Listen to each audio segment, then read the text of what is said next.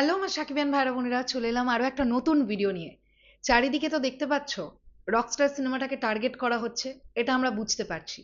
কিন্তু আমরা যারা মেগাস্টার শাকিব খানের শুভাকাঙ্ক্ষী, ওই যে ঘুরে ফিরে আবারও একটা কথা বলছি যেটা তাণ্ডবের সময় বলেছিলাম, মেগাস্টার শাকিব খান যে সিনেমার নায়ক, সেই সিনেমার সঙ্গে ডেফিনেটলি আমরা আছি। কারণ ওই সিনেমাটা মেগাস্টার শাকিব খান সাপোর্ট করেছেন বলেই মেগাস্টার শাকিব খান সাইনিং করেছেন, এটা একদম গোদা বাংলায় হিসেব। তাই রকস্টারকে যারাই চেষ্টা করছে নিচের দিকে নামানোর, আমরা কিন্তু রকস্টারের সঙ্গে আছি। এবং এই ভিডিওতে তোমাদেরকে দেখাবো যে রকস্টার দেখবার জন্য মানুষ কতটা এক্সাইটেড। দর্শক বলছে যে রকস্টারের আরো শো বাড়ানো উচিত, কারণ তারা টিকিট পাচ্ছে না। তোমরা ভাবো ৮০ থেকে ৮৫ বছরের একজন বৃদ্ধা, তিনি রকস্টার দেখতে গেছেন সপরিবারে। ৮০ ৮৫ বছর কি ৯০ বছরও হতে পারে। কি দুর্দান্ত একটা বিষয়, দারুণ লেগেছে।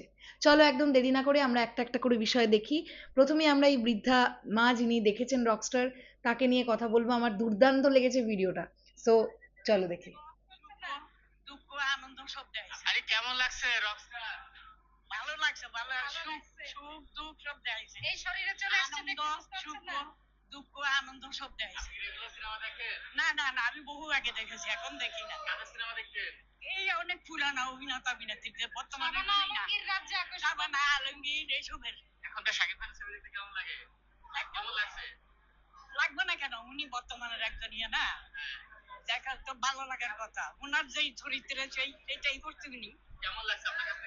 ভালো লাগছে, ভালো লাগছে। মানে দুইটাই দেখাইছে, আনন্দ দেখাইছে, দুঃখ দেখাইছে, দুঃখ দেখাইছে। মানুষের জীবনে তো এই হয়, ওই দেখাইছে।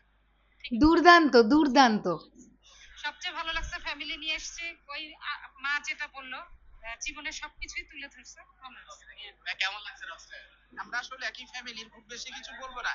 আমাদের ফ্যামিলির একটা মিউজিক্যাল ব্যাকগ্রাউন্ড আছে, তো যে কারণে আমরা একটু এক্সট্রা ভাবে এনজয় করেছি আর কি। বাহ বাহ। Thank you. কেমন লেগেছে? ভালো লেগেছে। কেমন লেগেছে?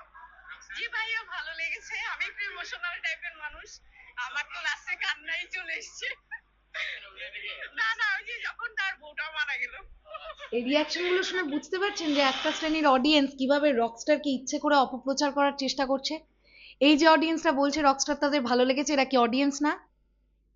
এরপরে আরো আরো বিষয় দেখাবো, এই ভিডিওটা দেখুন। কাউন্টারে বললো যে রকেটের টিকিট নেই, সোল্ড আউট হয়ে গেছে, আপাতত 2 দিন কারণে টিকিট পাওয়া যাবে না, এই আর কি। আমি মিরপুর থেকে আসছি, আসলে এটা হতাশ ভাই, বিশেষ করে অনেক কষ্ট করে আসছি ভাই। কি অবস্থা ভাবুন, টিকিটই পাওয়া যাচ্ছে না রকস্টারে। হ্যাঁ, ওনাদের মানে কাউন্টারে কোনোই নেই।